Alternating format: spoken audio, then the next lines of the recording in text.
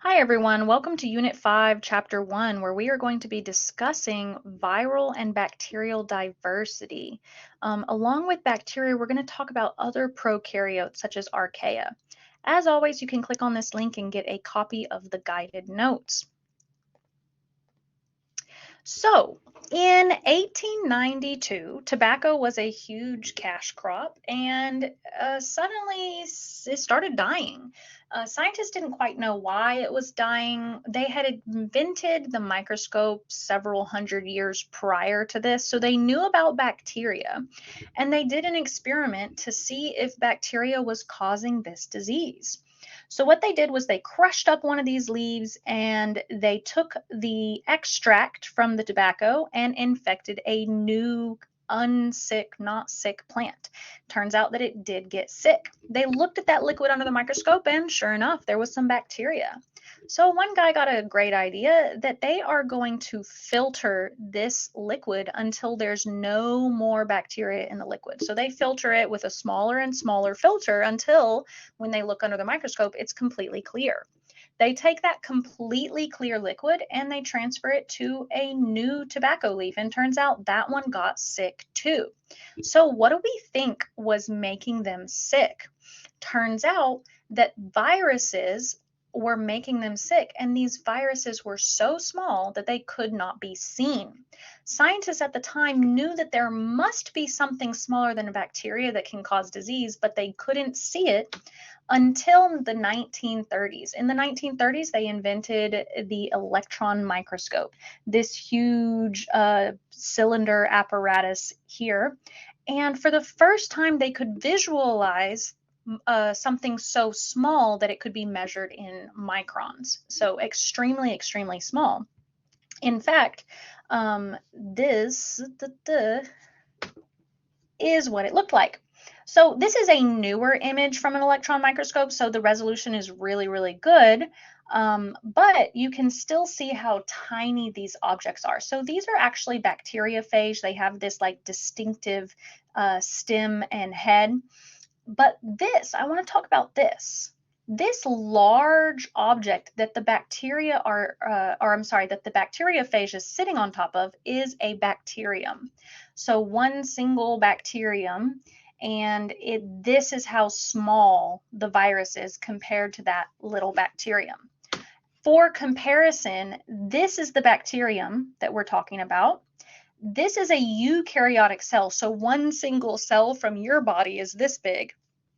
But the bacteriophage, this tiny little virus, is this size compared to this big object right here, which is incidentally one of those tiny little bacteria. So we can see how immensely small it is. In fact, it's about 50 nanometers across, very, very, very small. And again, you see that distinctive head and tail shape that we'll talk about later belongs to a bacteriophage. So I want to pose a question. Do we think viruses are living cells? They're very, very tiny, but are they alive? Well, viruses are acellular, so we can't call them living cells because they are not cells. All that a virus is a strand of genetic material, either DNA or RNA, and it is surrounded by a protein capsule, almost like a little shell. So this outer shell is made out of protein and it's protecting the DNA or RNA that's inside. Now the genetic material that's inside is very, very simple. It's not complicated. It's just enough to make more copies of this DNA and this protein shell. Some viruses actually also end up having another membrane around them called an envelope, but that's not part of the virus. It's actually their camouflage. It's part of the cell that they've infected. So I would not call them cells because they are acellular. They also don't grow or eat or produce waste. So since there's no metabolism, they don't start out as baby viruses and grow into mature viruses. They are the same their entire lifespan, and they can't really be killed because they can't grow or metabolize. So that's another strike against them. I really would not consider them living. The only way that they can reproduce is by hijacking a host cell. So when they infect a host cell, not only do they sometimes take part of the membrane as camouflage, but they will trick the host cell into making more and more copies of the virus. In that way, it's kind of like a parasite, but it can't replicate on its own, so it cannot be considered living. Now, the origin of viruses is really uncertain. There are some theories that say that like stray DNA was the first kind of pre-living organism to evolve, and that evolved into a virus, and then that evolved into a prokaryote. Remember, prokaryotes just have DNA, they don't have a nucleus. And then that evolved into a much larger eukaryotic cell that has a nucleus. But other theories state that maybe the prokaryotes evolved into eukaryotes, but maybe the prokaryotes devolved into viruses. Nobody really knows why, but we do know that they've been around for a really, really long time because they infect nearly every living thing on Earth. If they infect every single living thing on Earth, not every virus infects everything on Earth, but there is a virus that is specialized for each individual life form on Earth. That tells me that they've been around long enough to learn how to infect all of those different life forms. So they've been around for a long time. We just are uncertain of where they came from. And they are highly specific. They're even so specific that they are tissue specific. So you and I could not get sick from a virus that targets tobacco plants, but we could get sick with human viruses. Occasionally, viruses can mutate enough to cross over, and we saw that with bird flu or swine flu, where this is a strain of influenza that normally infects birds, but it mutated to be able to infect humans. But they're so specific that sometimes they can only infect a certain type of tissue, such as a cold sore. You're not generally going to get a cold sore erupting on your hand or your ankle. The cold sore is specific to your mucous membrane. Now, how do we talk about viruses? Well, one of the main ways that we talk about viruses is what kind of genetic material do they have? They're either going to have DNA or RNA, but they're not going to have both. And this becomes important later on when we talk about how they infect their host. Most viruses have a protein capsid or a capsule, and that is the best way to describe them because some of these protein capsids are very long and straight. We call these filamentous viruses, and then the genetic material will just be inside of that capsid. Some capsids are round in shape, so we can call them icosahedral because they do have these like flat sides.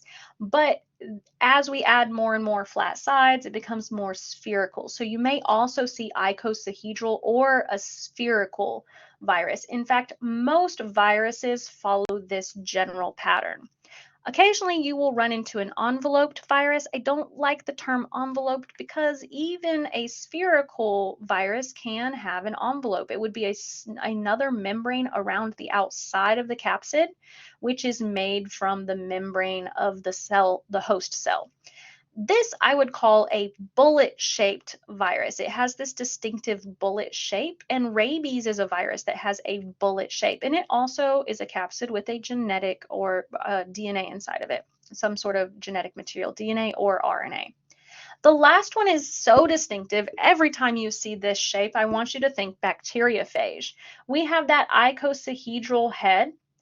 So, not a big leap there. We have the icosahedral head, but then we have this crazy tail, and it is a tail. It looks very robotic, and these little things look like spider legs, but they are not legs. These are tail fibers. The way that a bacteriophage works is it will sit on the surface of the cell and then inject the DNA down into the cell. So these tail fibers help to hook it into the cell so that it can stick on top of the host cell in order to inject its genetic material. All right. The virus core inside of the capsid is either going to be DNA or RNA, meaning it is either double-stranded like DNA or single-stranded like RNA. And it can be circular or linear. I would be careful about that word circular though, because it's not literally a circle of DNA. It's more like a squiggly thing of DNA, but the beginning and the end are the same. The difference between linear and circular is that linear DNA, the ribosome starts at the beginning and it will go in one direction until it gets to the end and it has to release. Okay, this is a ribosome. I'm sorry for my art.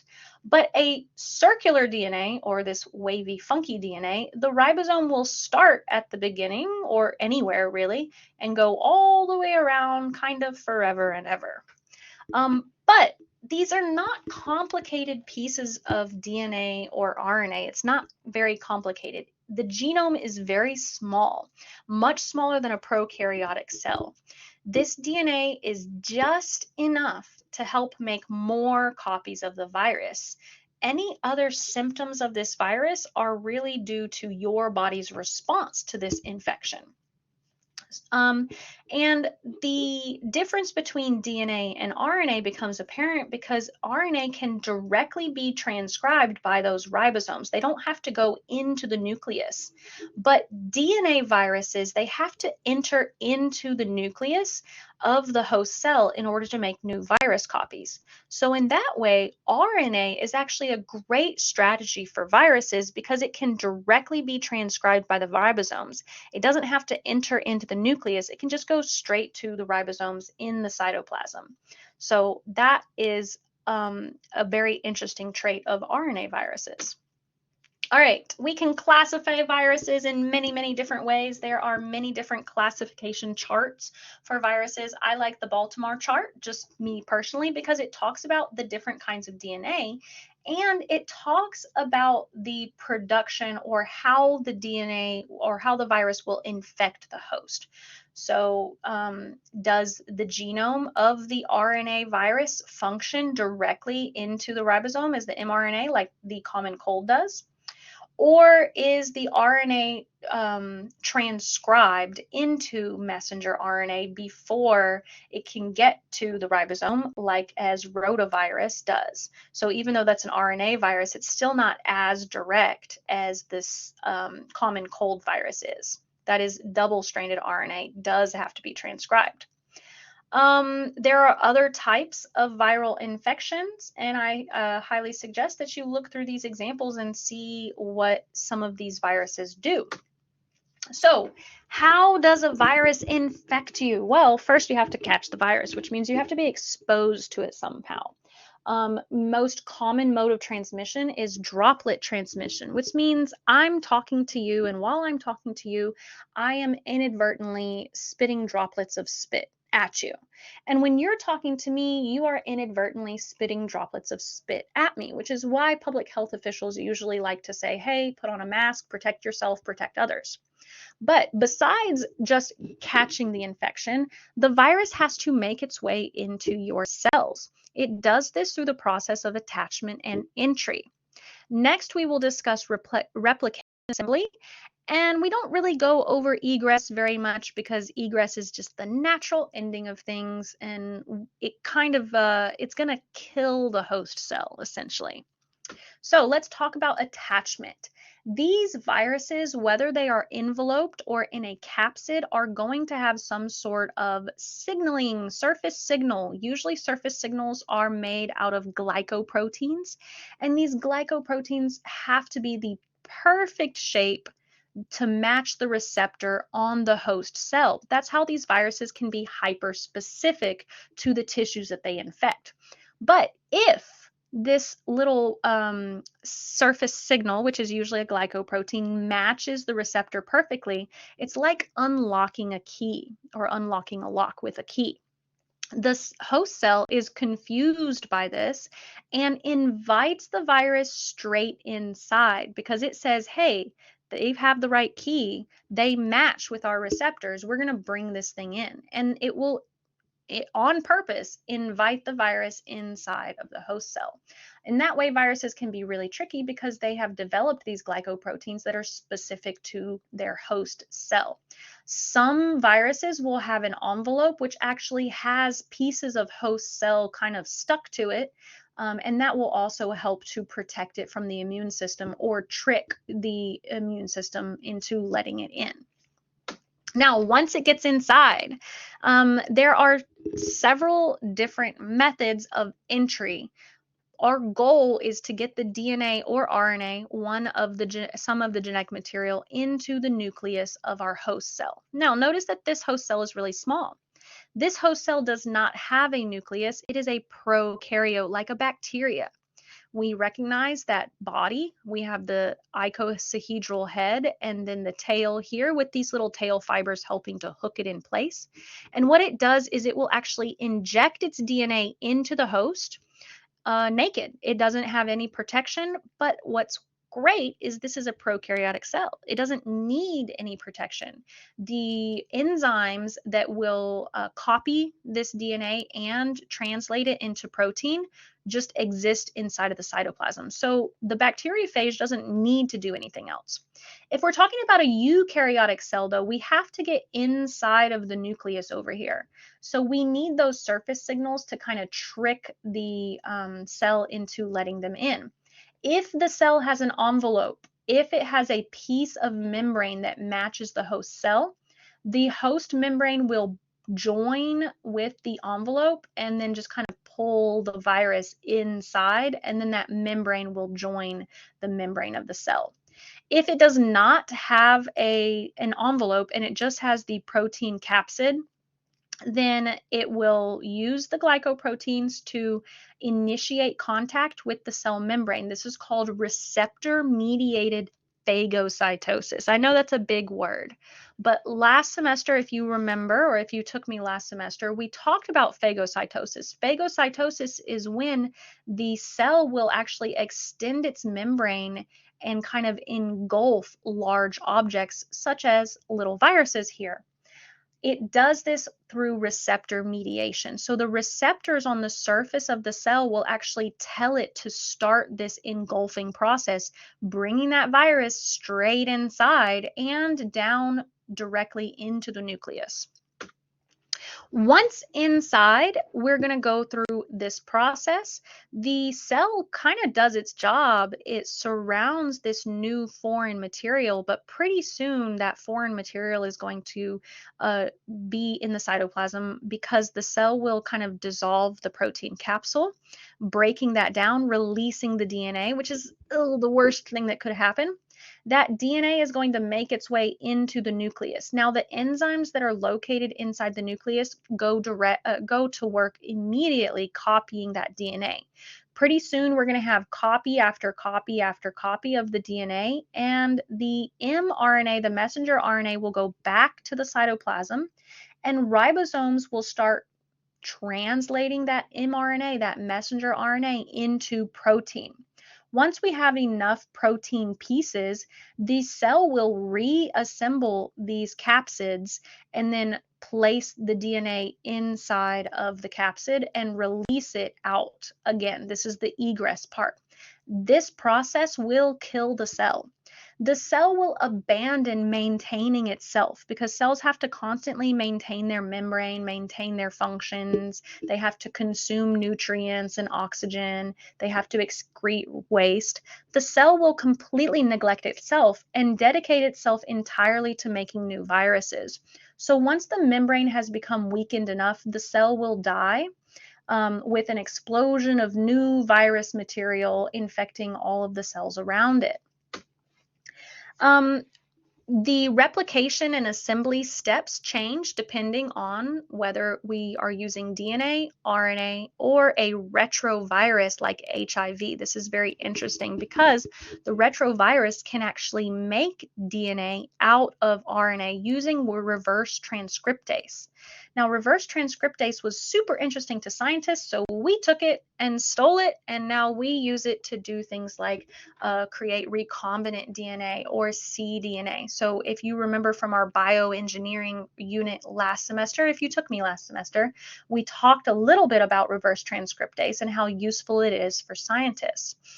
If the virus uses DNA, it has to first transcribe the DNA into messenger RNA and duplicate the DNA. So it has to do both of those steps. RNA, it's going to either directly be transcribed, or the RNA is going to have to be kind of retranscribed into messenger RNA, and then the RNA can be made or can be translated into protein.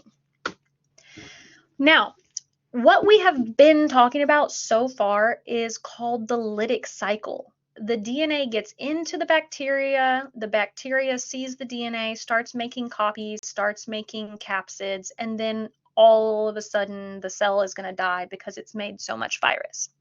That's not the only way that virus infects different organisms. There is also a process called lysogenic. Now, it's going to start the same way and it's going to end the same way.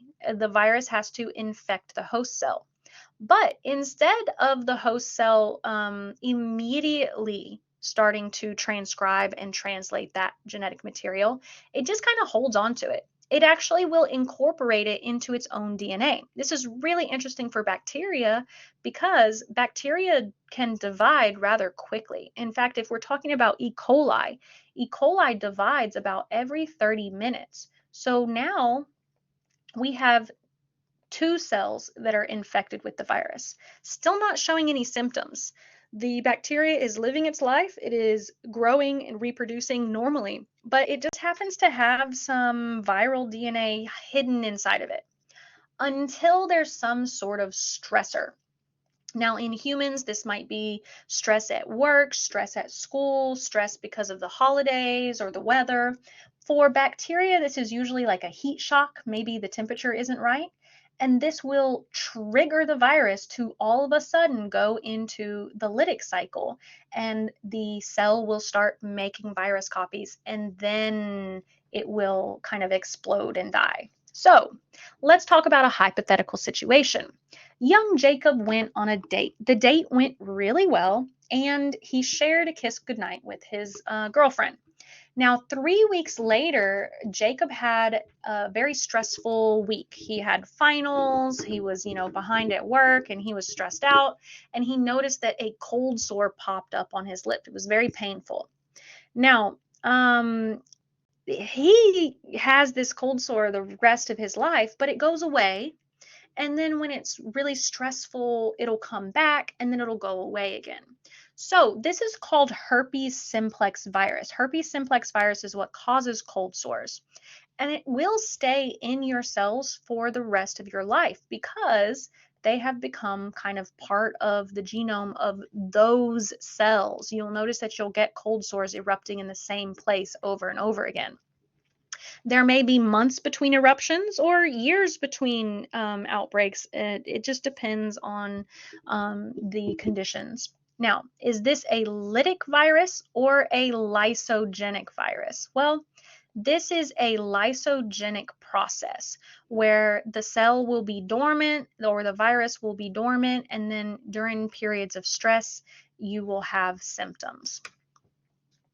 All right, this video is a really, really great video. I highly encourage you to watch it. It reviews everything we just talked about in a very succinct way. It even talks about this envelope, which acts as camouflage from the immune system and also will help it to get into new cells and infect new cells because it has those perfect little glycoproteins on the top that match the surface receptors of their host cell. I'm not going to play it here because, as we learned in previous videos, the sound will not work in a recording of a recording. So please go back and watch this if you feel so inclined. Now, let's talk about some specific viruses. I want to talk specifically about bacteriophage. Bacteriophage is one of the most extensively studied viruses in the world. And it's probably because it infects E. coli. Now, E. coli is a bacteria that divides very rapidly. Every 20 to 30 minutes, it will duplicate itself. So if I have a culture of 1,000 E. coli and I come back in 30 minutes, I will have 2,000 E. coli. If I come back in 30 minutes again, I will have 4,000 E. coli. At 30 more minutes, I will have 8,000 E. coli. So if a virus is infecting this E. coli, I'm also exponentially increasing the number of virus that I have. Bacteriophage is also really interesting because of the way that it works. It injects DNA directly into its host cell, as mentioned, E. coli. Since we study E. coli so extensively, it means that we also have a lot of data about bacteriophage, and we can actually hijack the bacteriophage and put the DNA that we want into the bacteriophage. This can help us with doing things like genetic engineering, making medications like insulin. We actually use E. coli with recombinant DNA or new DNA to trick it into producing artificial insulin. So these bacteriophages are really interesting. They have that icosahedral head that houses the DNA, and then they have this robotic-like tail. Again, it's not a robot, it's not artificial, even though it looks wild. And these are not legs, they're little tail fibers that help to kind of stick to the surface of the cell as we see here. We also have viruses that infect plants. Now, normally this just makes kind of a cosmetic defect of the fruits of the plant, but sometimes it can cause bleaching. Bleaching will prevent the plant from being able to photosynthesize because plants need that green pigmentation for photosynthesis, and it can cause the plant to die. Other than that, they just reduce vigor, make it not as healthy. But most of the transmission of these viruses are called horizontal transmission through like damage in the plant tissue. For instance, a bird comes along and pecks this sick fruit, and then it goes and it pecks another piece of fruit, now infecting that second plant. Occasionally, there can be vertical transmission where that fruit is infected and it goes ahead and produces seeds, and then those seeds do carry that virus. So the new plant that grows from that seed will have the virus, but that one's not as common. Horizontal transmission is by far the most common types of transmission. There is also something that infects plants that's not quite a virus. We call it a viroid. Now, this is a small piece of RNA. And it's called circular DNA, but it's hardly ever a circle. It's going to be in these branched formations or these hairpin loops. Sometimes they're in this rod shape, but still very much made from RNA that has been looped together. So these little viroids are very, very similar to viruses. They just don't have that protein capsid surrounding it. So that may lead you to believe maybe these evolved into viruses, or maybe viruses devolved into these viroids. We don't know, but they tend to only infect plants, and they can cause plant failure, but more commonly plant defects like this dimpling of the fruit here. Now, the moment we've all been waiting for, animal viruses. You and I are animals, or we are part of the animal kingdom, so we are highly interested in animal viruses. So we're going to be talking about several viruses that infect humans. Now, this can be dangerous because humans are going to spread these viruses to each other, and sometimes we don't know that we have the virus and we spread it around. So there are several different types of illnesses that pathogens like viruses can give you. There's something called acute disease. These are short-term diseases. You get sick, it runs its course, and then it goes away, kind of like the cold or a flu. By no means am I saying these are pleasant, and if you are immunocompromised, they can be very dangerous, but for the most part, the doctor's just going to tell you to let it run its course. Then there's something called chronic infections, such as hepatitis. This is going to make you very sick for a very long period of time, possibly the rest of your life. Then we have things like herpes that are called latent or intermittent, where the virus stays with you for the rest of your life, but you may or may not experience outbreaks, such as an erupting cold sore during stressful times. So, latent or intermittent viruses are going to stay with you the entire lifespan, but they only occasionally have symptoms. Then the really dangerous one here. Now, why would an asymptomatic infection be really dangerous? Well, because you can pass it to your loved ones without ever knowing that you're sick. And just because it's asymptomatic for you does not mean that it's going to be asymptomatic for them. We ran into this a lot with COVID, where some people would accidentally pass it to their loved ones. They didn't feel sick. Maybe they had a sniffle or some mild fatigue, but then grandma or grandpa got really, really sick from the same virus. So asymptomatic infection can be very dangerous purely to the fact that we accidentally pass it to others without ever knowing that we're sick. The last kind are going to be oncogenic viruses. If I go see an oncologist, I'm going to go see a doctor for cancer. So an oncogenic virus like HPV, the human papillomavirus, can actually cause cancer later on down the road. Now, again, really, really great video. If you want to watch this video, they pretty succinctly explain how a virus can infect and replicate, but I can't play it on this video. If you would like to go back and look at the video, you are welcome to look at it through the PowerPoint. What I would like to direct your attention to is this little virus right here. If you click on that virus, we will get to our mystery medical diagnosis investigation. So you are a doctor at an infectious disease clinic and you have these 4 patients. I would like to explore these 4 patients and try to see what's going on with them. Let's check on John Smith first. John Smith is a 35-year-old male. He is a wildlife enthusiast and he came to the clinic with a history of being bitten by a dog. Now, he didn't think very much of this dog at the time. He washed his hands and went on his way. But then 3 months later, okay, that dog happened 3 months ago. 3 months later, he started having flu-like symptoms. But very quickly, he developed agitation, hallucinations, and the telltale hydrophobia. That means fear of water, hydrophobia. If you'd like to learn more about these symptoms, you can watch this video. But let's talk about his clinical presentation. During examination, he was very agitated and aggressive, which, as you can see, he has these shackles on for his own protection and the protection of his healthcare providers. But very strikingly, he's unable to swallow. It's almost like he gags and chokes whenever he's trying to swallow. So if we want to know more information about this disease, we can look at info. It says that he is sick with the rabies virus, or actually lyssavirus. Rabies lyssavirus is a bullet-shaped virus. It is an RNA virus. Its incubation period is 1 to 3 months, but can last longer. So it's very important to get intervention as soon as you get bitten, because by the time symptoms present, it's already too late. As we see, the prognosis of this disease is very poor.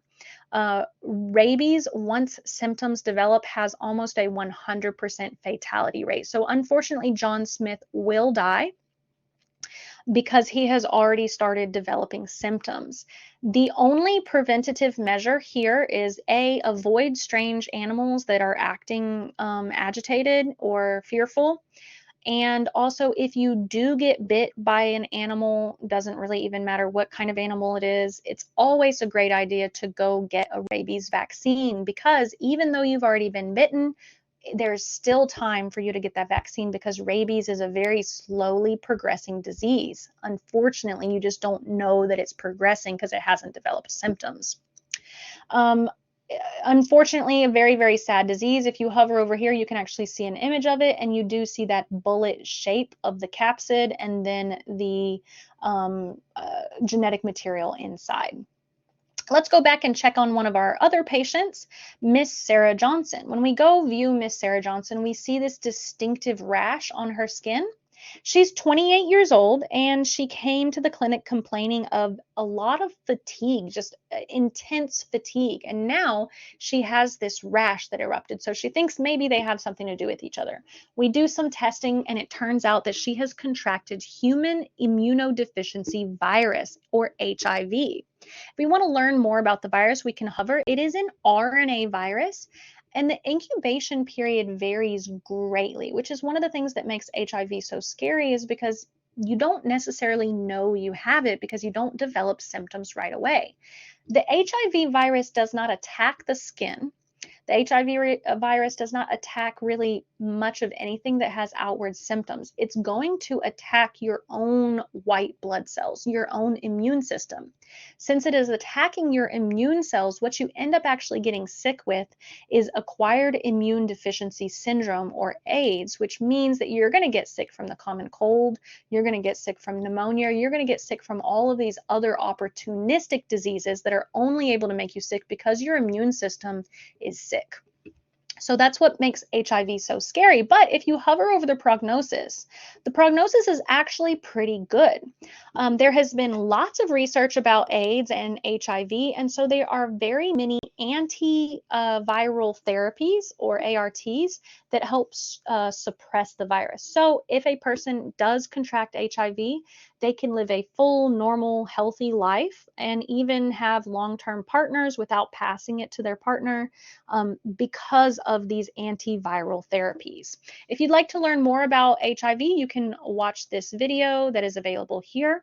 Let's go check on some of our other patients. Emily Brown.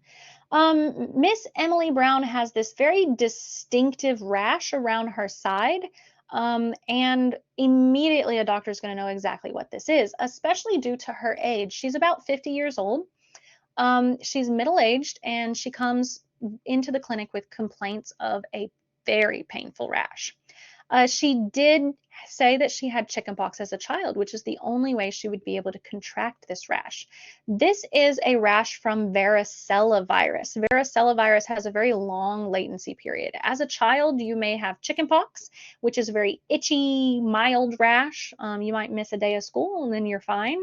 But then later on down the road, 40 years down the road, you are susceptible to getting this painful rash called, I'm drawing a blank, shingles. It's called shingles, guys. Shingles, what makes it so painful is that the varicella virus actually stays inside of the nerve endings of your skin. And so when the nerve endings of your skin become inflamed, it causes these very painful blisters. If you hover here, we can see the shape of the varicella virus, which is a spherical virus. It is a DNA virus. Usually, the chickenpox you will get a couple weeks after you contract the disease or after you're exposed to the disease, but the symptom of shingles is extremely latent, like 40 years later. Now, most people nowadays don't really have to worry about this because there is a varicella vaccine, which you can get as a child. So anyone younger than 20 probably has gotten the chickenpox vaccine and will not ever have to worry about varicella. Myself, I had chickenpox as a child, and so I will be concerned about shingles when I become older. There is a second booster that you can get in your older age to help protect against shingles, but I'm not quite sure of its effectiveness. Now, the prognosis of shingles is really great. You're just going to be in pain for like a week and then it's going to go away on its own and you never have to worry about it again. So by all means, not a terrible thing to happen, but a very painful rash nonetheless. If you'd like to know more about varicella, you can watch the video presented here. And here is a picture of that rash, and you see it come up in these little clusters. Now, our last patient, Miss Michelle Thompson, or Mrs. Michelle Thompson, is a 45-year-old woman. Now, she contracted genital warts about 15 years ago. Genital warts are usually caused by HPV, or human papillomavirus. Human papillomavirus is one of those viruses that doesn't necessarily have outward symptoms and can be passed without anyone knowing. It is a sexually transmitted infection. So the vaccine is usually given to children the age of 12 or 13 to try to get them this vaccine before they become sexually active. Now, this vaccine was only invented, 15 years ago. So the young adults here may not have gotten the vaccine and may need to get annual checkups to check for HPV. This is a normal part of the female annual checkup, so your doctor is probably already testing you for this, even if you're not aware of it. HPV usually causes genital warts, sometimes no symptoms at all, but the really dangerous part about HPV is that many years later it can become oncogenic, or it does so much damage to your cells that it can develop cancer. Now, again, this is a normal part of the female annual checkup, the gynecological checkup, so most of these are caught pretty early because your doctor would already be aware that you have HPV and would already be doing annual checkups on you.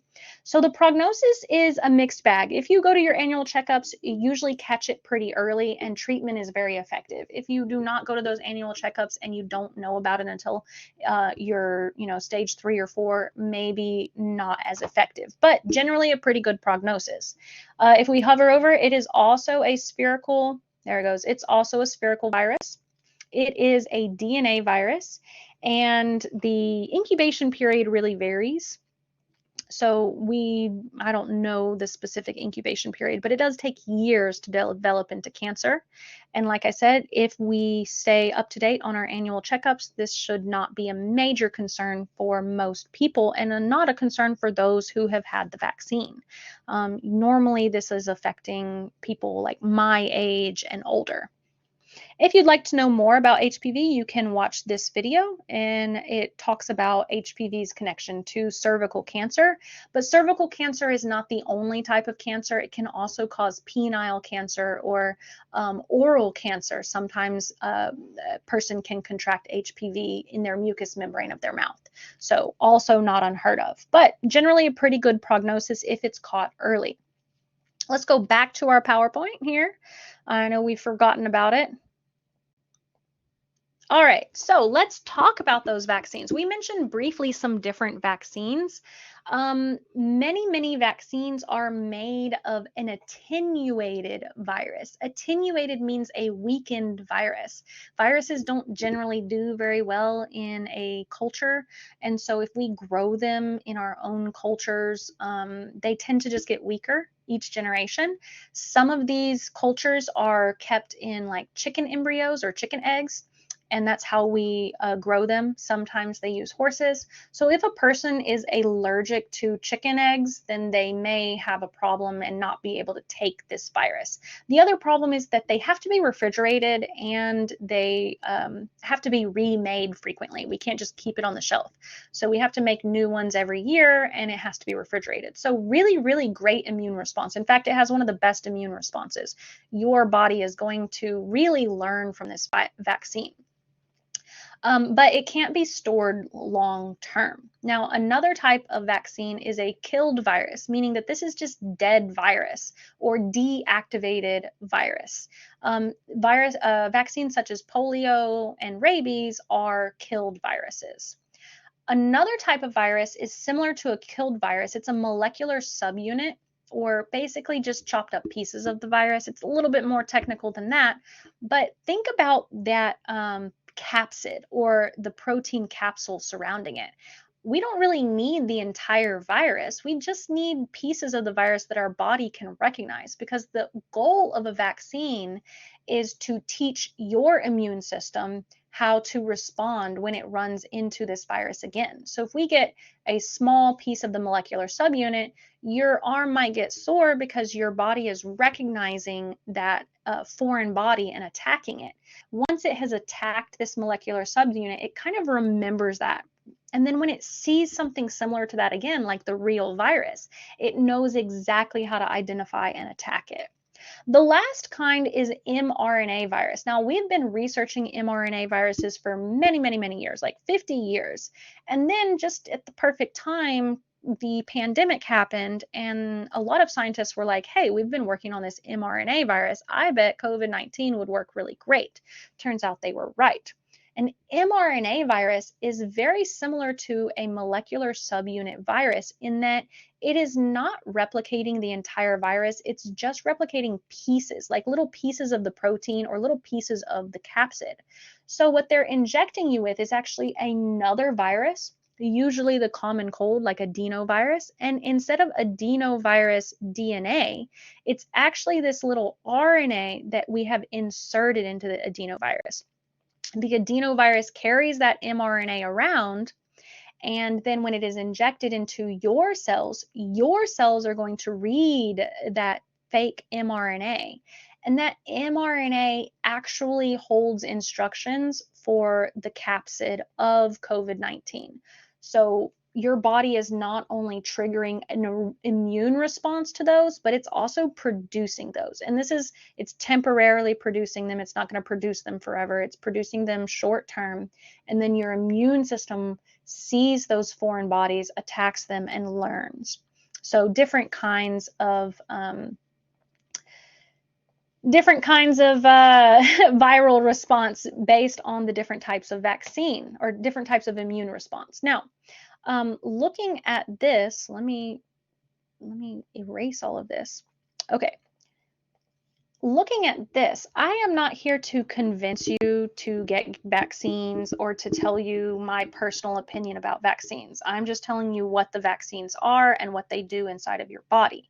One thing that I would like to say, however, is that before the vaccine, we had a lot of childhood deaths. So if we look at measles, for example, measles was extremely deadly for children for a very, very long time until 1963. After the vaccine was invented, we see drastic drop in the number of childhood deaths associated with measles. You can associate that with a better living situation, like better sanitation, better public services. But the main thing that happened in 1963 was that the vaccine was invented and then implemented publicly. Same thing with polio. Now, polio was not a super dangerous or common illness up until about World War II, like 1940s, and then it became a very, very dangerous childhood illness that caused lots of children to become paralyzed. But then the vaccine was invented in 1955, and it was publicly there was a large push to get everybody the polio vaccine. And so polio has essentially been eradicated since then. Diphtheria or the diphtheria vaccine was invented in 1921. It's actually a toxoid vaccine, so it's similar to those molecular subunits, but it's actually a vaccine against the toxin that the diphtheria bacteria produce. So you can still get sick with the bacteria, but then when the bacteria is starting to produce the toxin, your body recognizes and fights against it. So that's also very interesting. And vaccines have been around for a long time, even before we knew what bacteria was, even before we knew what viruses were. People were still using something called inoculation. So 200 BC, really, really long time ago, people knew that milkmaids had very beautiful skin. One of the things that caused people to have scars on their faces was smallpox. And these people who worked with the dairy cows, they would contract something called cowpox.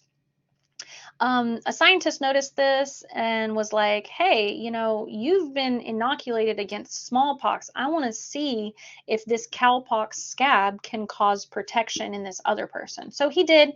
He took a little bit of the cowpox scab and he injected it into a little boy.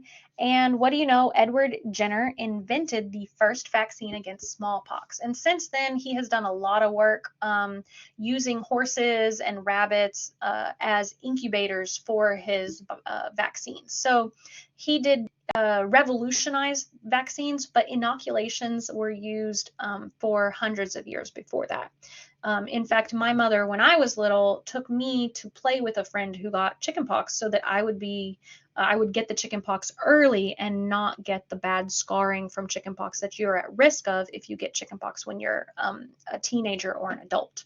So this practice has been around for a long time, and we just keep developing it and using the same idea. All we're doing is teaching your body how to fight against this disease.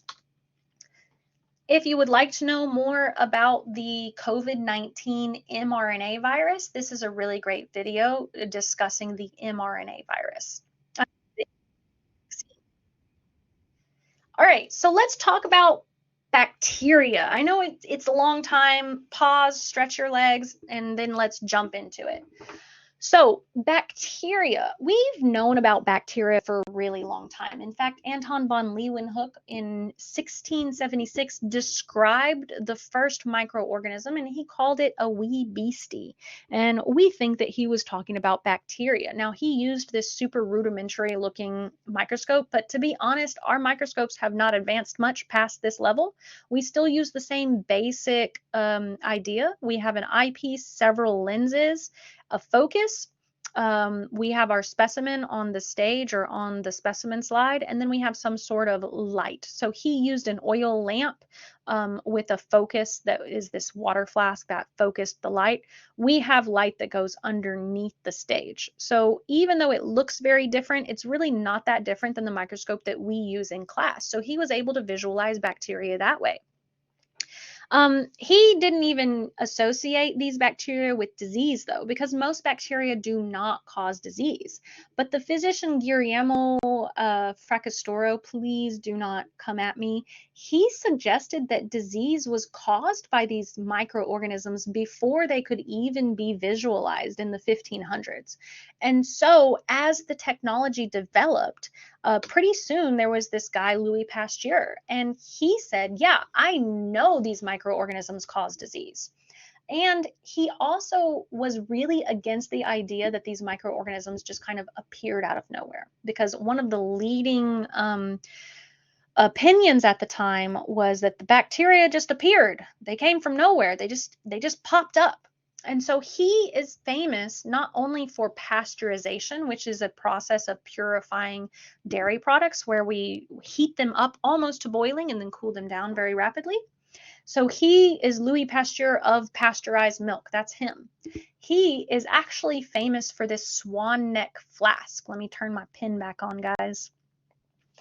So this is called the swan neck flask, or the S flask, whatever you want to call it is fine.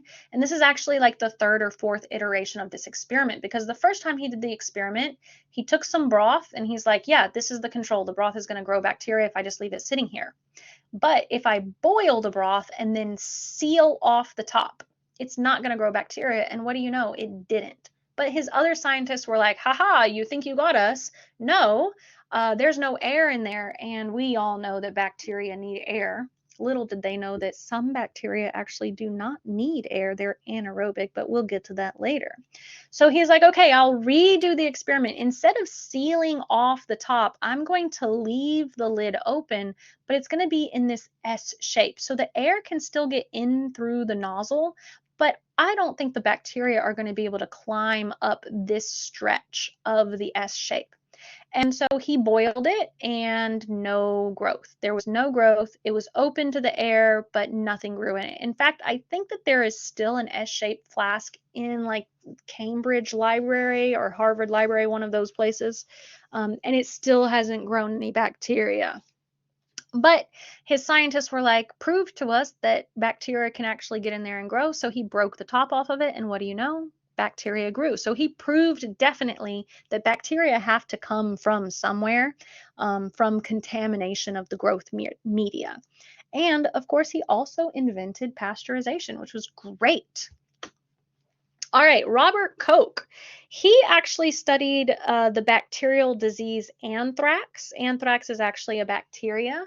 And he said, let me just explain his experiment here. If I have a person here, and they are not sick, they are going to have some bacteria. So they're going to be positive for some bacteria because we all have bacteria on our skin. But if I have this other person and they're sick, they're not feeling well, they will also be positive for bacteria. But if I test them and culture this bacteria, there should be bacteria that's present in the sick person that is not present in the person that is well. And then if I take that bacteria and culture it into either a medium or a broth, then I should be able to grow that bacteria independently. Now, Robert Koch didn't know about viruses, but his theory was correct for bacterial disease. So if we have a bacteria, it will be present, or if we have a pathogen, it will be present in the sick person and not present in the person that is well. So Robert Koch helped us to study disease and helped us to find the microorganisms that cause these disease by culturing them. All right, let's look at a general bacteria. Now, this is a prokaryotic cell. Prokaryotes do not have a nucleus. Their DNA is just kind of like all in there willy-nilly. The DNA is just inside of the cytoplasm, and so are the ribosomes, and any other like enzyme that this cell needs is just inside of the cytoplasm. So they don't have organelles like a eukaryote would.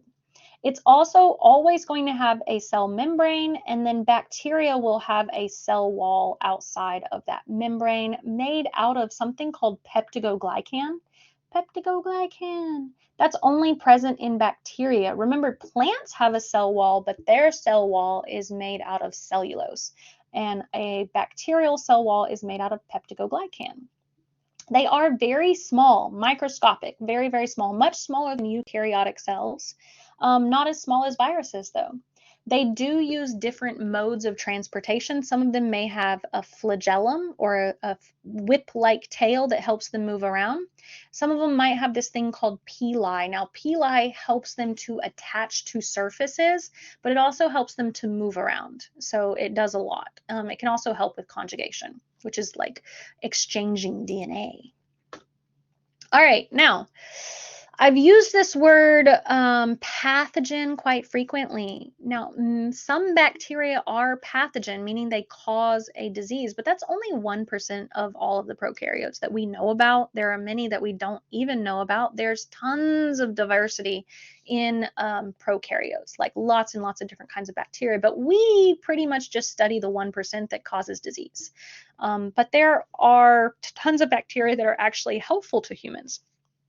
But bacteria are not the only prokaryotes. There's also prokaryotes called archaea.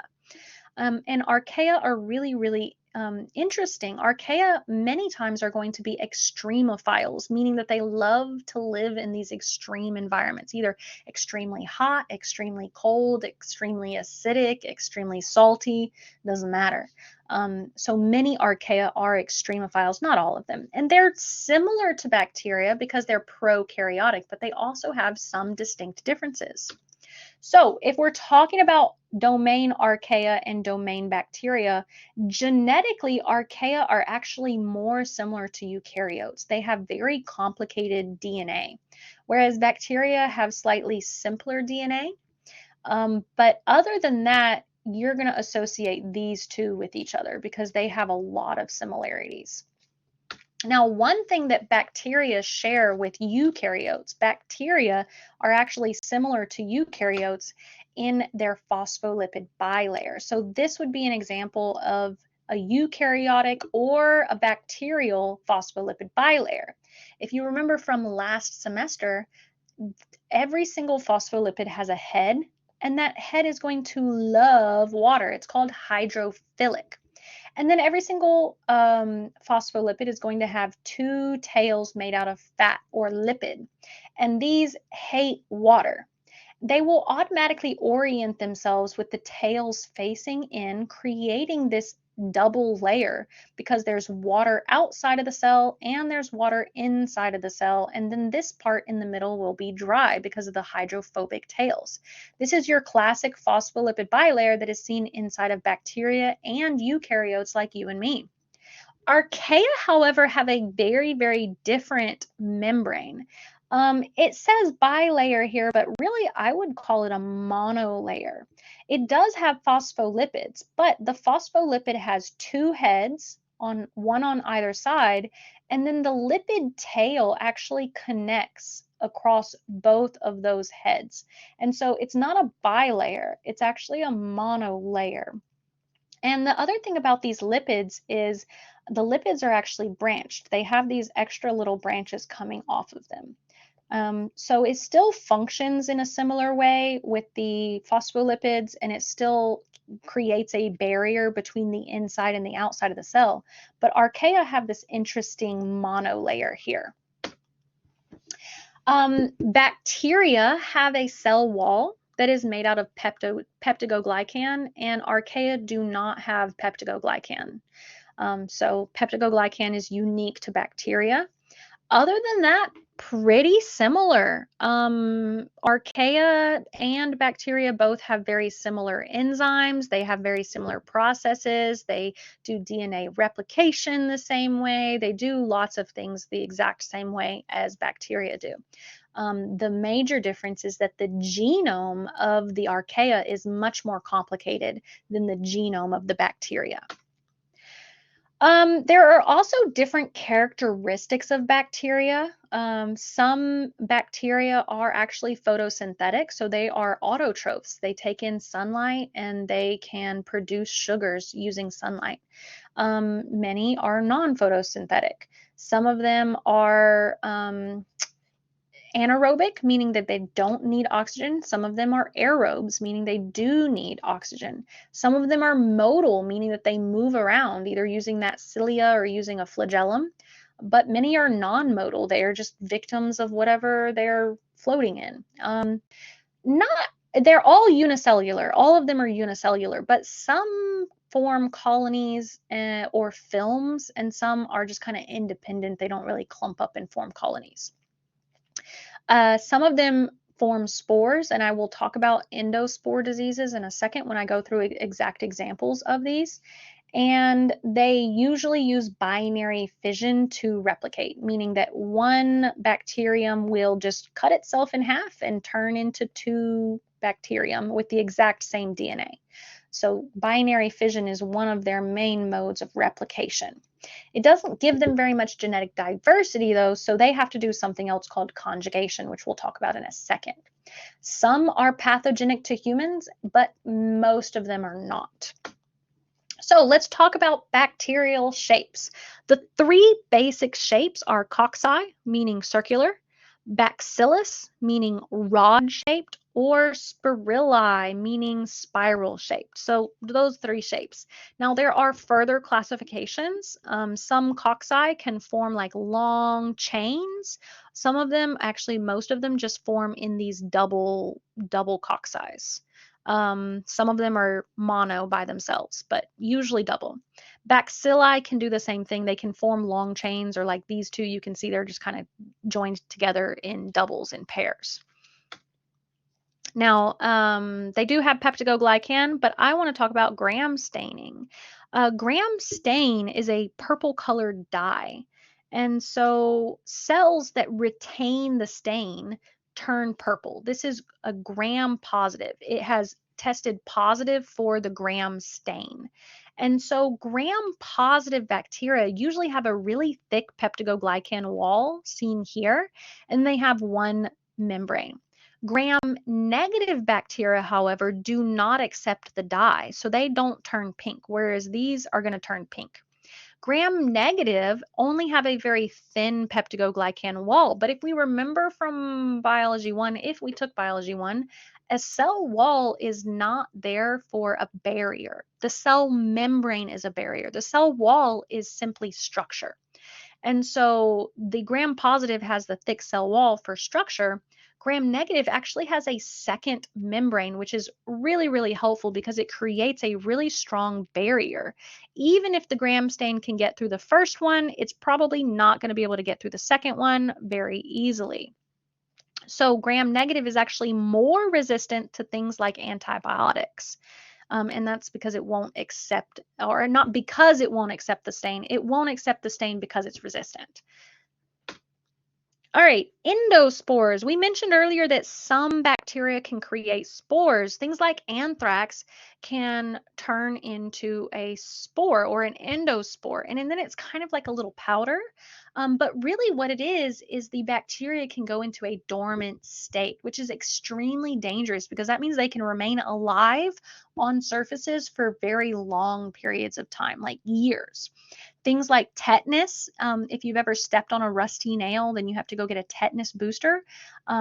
Tetanus remains on surfaces as an endospore, which is why we really want to go get a tetanus booster if we ever step on a rusty nail. Things like botulism. Botulism is a type of food poisoning. Botulina toxin is produced by this bacterium, and it actually causes muscle relaxation. So you're unable to move your muscles if you get sick with this certain type of food poisoning. It's a specific type of food poisoning, not I got food poisoning and I'm throwing up. This is I got food poisoning and I'm dying. Now, babies are especially susceptible to botulism because botulina toxins can be present inside of honey. That's why it's not recommended to give babies honey. What it can do is it will cause them to stop breathing because their muscles in their lungs, their diaphragm, will stop working and they will suffocate. On the flip side of that, we use botulina toxin as Botox and we inject it into our faces to make us not be able to use our muscles, preventing wrinkles. So we have also used that for our own purposes. Anthrax is another one that forms an endospore and it just goes into a dormant state and creates kind of a capsule around it. It keeps very little of the cytoplasm, just a small amount of the cytoplasm, just enough so that it can wake back up and become pathogenic again, essentially. Some of these bacteria can be autotrophic, either chemoautotrophic or photoautotrophic. Photo is for the sun, chemo is going to represent chemicals. So these are chemical autotrophs. They're going to use like inorganic materials like rocks or minerals to produce energy. Heterotrophs have to consume energy or consume organic material to get any energy.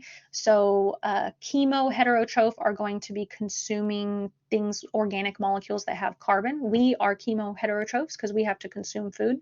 But there's also photoheterotrophs. They use light as energy, but they can also consume. So these are kind of like multifaceted. But what I want to talk about is specific examples of bacteria. First, let's talk about how bacteria reproduce. Most bacteria are going to reproduce using binary fission. As we mentioned, the bacteria just kind of like splits in half and then becomes two exact copies with the exact same genetic material, which is really dangerous for bacteria because let's say an antibiotic comes along and kills this bacteria, that means it will kill the entire colony. So bacteria have to have some way to get some sort of genetic diversity, and they do it by conjugation, transduction, or transformation.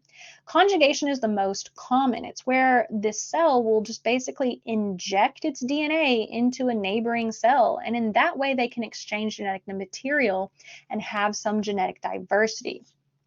This genetic diversity is further compounded by random mutations. Bacteria mutate much more quickly than eukaryotes do.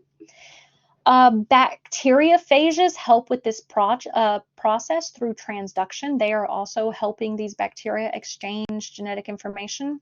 And there's also transformation, like just taking in stray DNA from the environment, which is not as common as conjugation.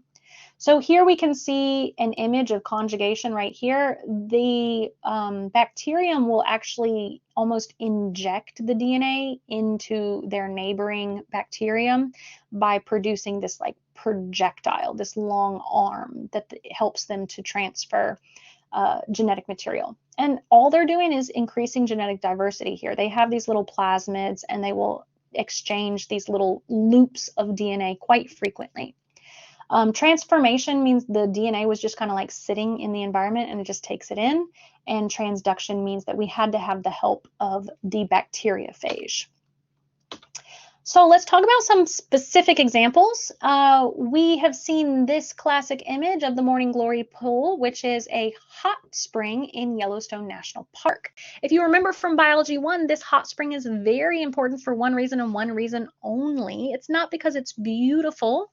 It is really beautiful, but the bacteria that is making that beautiful color is known as an extremophile. It lives in an extremely hot area, which means all of its enzymes are adjusted for being really hot, including Taq polymerase or Thermus aquaticus, which is the bacterial name, polymerase, the enzyme that is responsible for making DNA. So we use this in order to make artificial copies of DNA using Taq polymerase.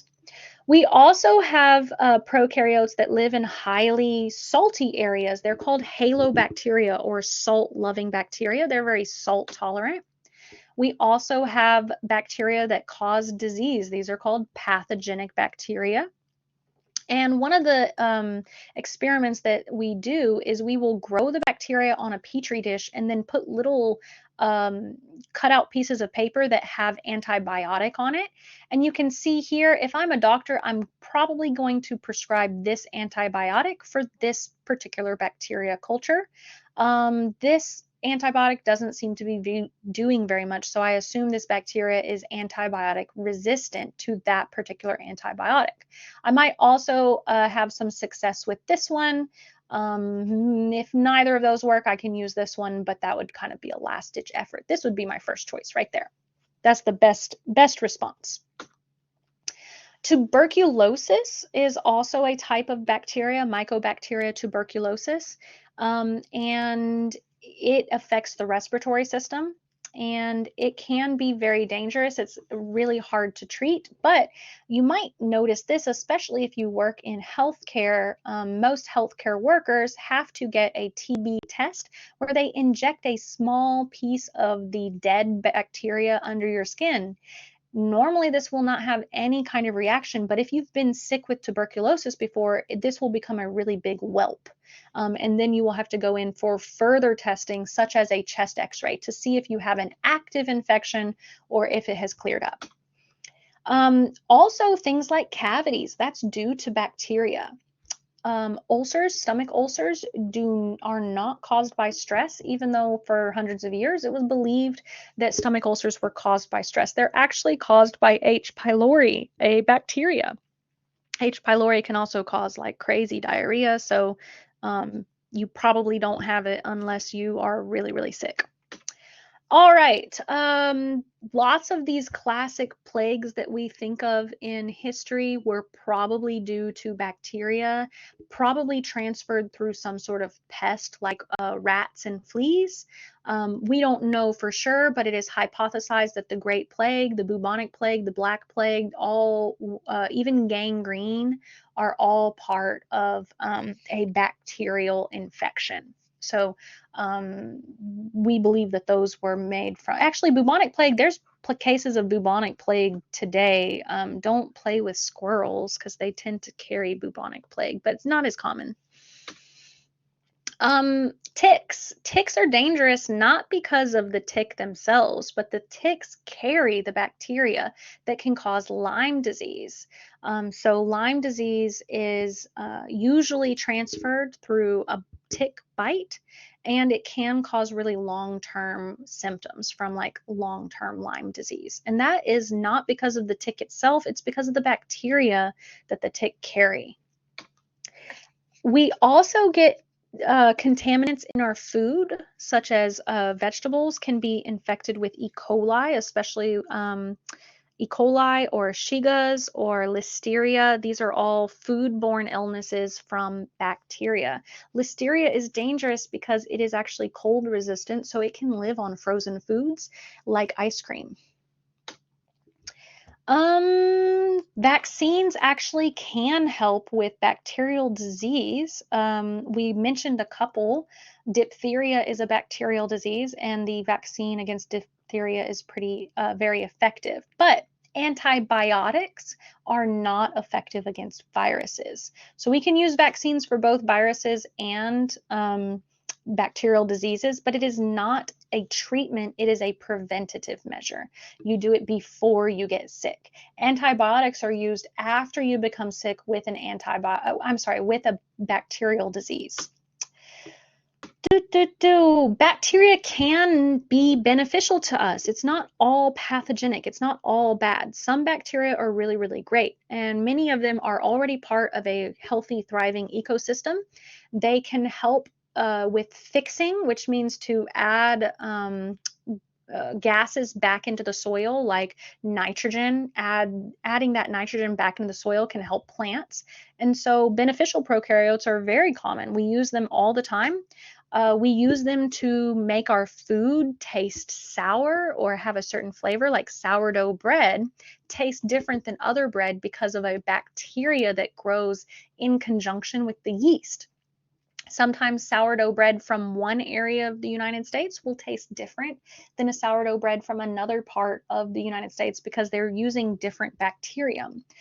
Cheeses, wine, all of these have a bacterial component, not just yeast. We also, well, we already talked about nitrogen fixing, and we also use bacterial for bioremediation. So if you've ever seen a Superfund site, we will drop some bacteria into that site, seal it off, and say nobody gets to touch this for 50 years while the bacteria does its job. I'm not sure if we use bacteria necessarily for oil spills, but we use them for biological contaminants. And the bacteria are actually able to degrade that contaminant to a degree that we can come in and then clean it up. So I know it was a little bit of a long one today. Thank you for bearing with me. Don't forget, you can do your chapter homework for extra credit. And don't forget to take your chapter quiz by the end of the week. It's due Friday at 5 p.m. If you are also taking me for lab, you can print out the chapter laboratory write-up and scan the QR code to watch the lab video. Don't forget that we have other study resources, such as further reading. This is a link to the textbook. And we also have vocabulary-based games like this. If you want a practice quiz, you can look at the quizzes that is located inside of your lesson. Thank you for joining me today, and I look forward to seeing you next week.